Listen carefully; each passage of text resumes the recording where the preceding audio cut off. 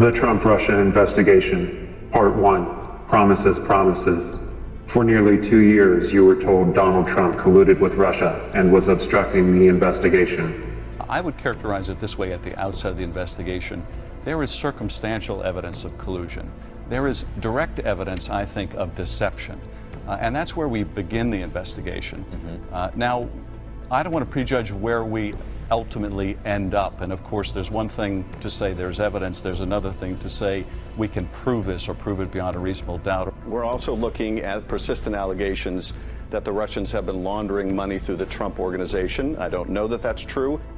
What do you make of this continued effort to permeate President Trump's inner circle? Well, without getting the specifics of that allegation, we do know that the Russians throughout the campaign were making overreach to the campaign. They continued that during the transition, including some of the people they had talked to during the campaign, and obviously even after that point. So this is part of a concerted Russian influence operation that never stopped.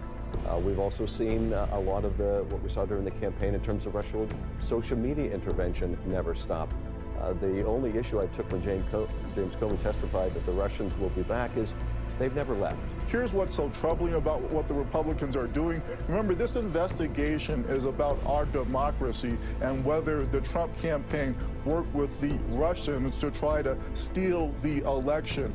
Was James Comey asked to stop the Russian investigation? Did any individual working for this administration, including the Justice Department, ask you to stop the Russian investigation? No. Was this politically motivated? It is a distraction for the Trump agenda. It shouldn't be. They're using it as a weapon basically to monopolize headlines and block the agenda. The mainstream media is just obsessed with the investigation into President Trump's alleged ties to Russia.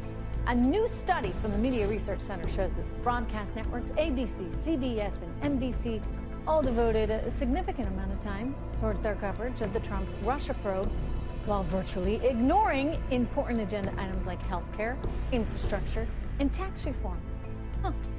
If we can't get the president on collusion, could we get him on something else? Director, is it possible that as part of this FBI investigation, the FBI could find evidence of criminality that is not tied to the 2016 elections, possible collusion, or coordination with Russians? Sure. So there could be something that just fits a criminal aspect to this that doesn't have anything to do with the 2016 election cycle. Correct. In any complex investigation, when you start turning over rocks, sometimes you find things that are unrelated to the primary investigation that are criminal in nature. Basically, what Democrats are doing is gathering all the same evidence, so if the Mueller report doesn't pan out, they can actually have the same evidence with a different standard of proof. It's not something that would maybe meet a criminal indictment, but they have other things they can do with it, possibly the I word, impeachment. I see. A different standard of proof. Well, I think the tweets, poorly spelled though they might be, doing a good job summarizing what the issues are. I think it's really striking that we have moved seamlessly, so for a lot of Democrats, the media, even some Republicans, we've moved seamlessly from this years-long investigation insinuating that Trump is an agent of Russia to now, okay, we'll just settle for this campaign finance violation. And the campaign finance violation itself is highly disputable. There's not a good track record of the federal government being able to convince people that this is even a problem, much less that it's a serious problem if it were one. So I think it's interesting you're pointing out that Republicans aren't breaking with the president. I think a lot of people who elected him are wondering, why aren't more people talking about how we were promised something so big and we're being delivered at what at most would be something that you would fine someone for, even if they win this case that would be very difficult for them to make? Silly question. Why would Stormy Daniels accept $130,000 for hush money when the cost of divorce and alimony would have cost Donald Trump so much more? If Donald Trump is removed from office, it'll be on a bipartisan vote. And it's not going to be on a CFR violation. Sorry, that's not going to feed the bulldog. Even if it is about a sex worker, even if it is salacious, it's not going to be over a campaign finance violation. And it's also not going to be about, if there was nothing to obstruct, right? If there was no crime, if there's nothing underneath, they're not going to impeach him on a technicality of obstruction. And that, in context, I mean, as we're coming to the end of that election, the Access Hollywood tape has come out. Right.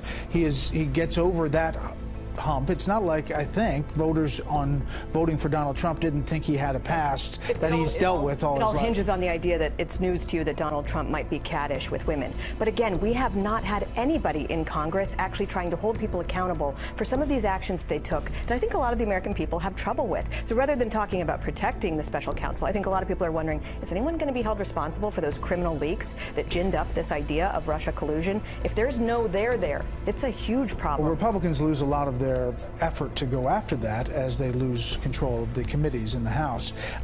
Key takeaways. We were told Trump colluded with Russia to steal the election. We were told Trump tried to obstruct the Russian investigation. However, James Comey said he was not asked to stop the Russian investigation. Democrats were looking for another way to indict or impeach Donald Trump, and were gathering their own evidence to establish a different standard of proof. The hush money paid to Stormy Daniels seems suspect, but even if it's not, Donald Trump was unlikely to be impeached on the technicality if there was nothing to obstruct.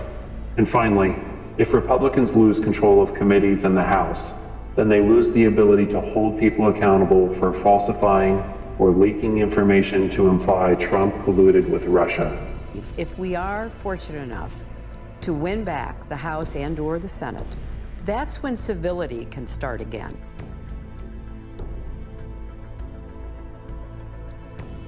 What will you learn in Part 2? Investigation results revealed.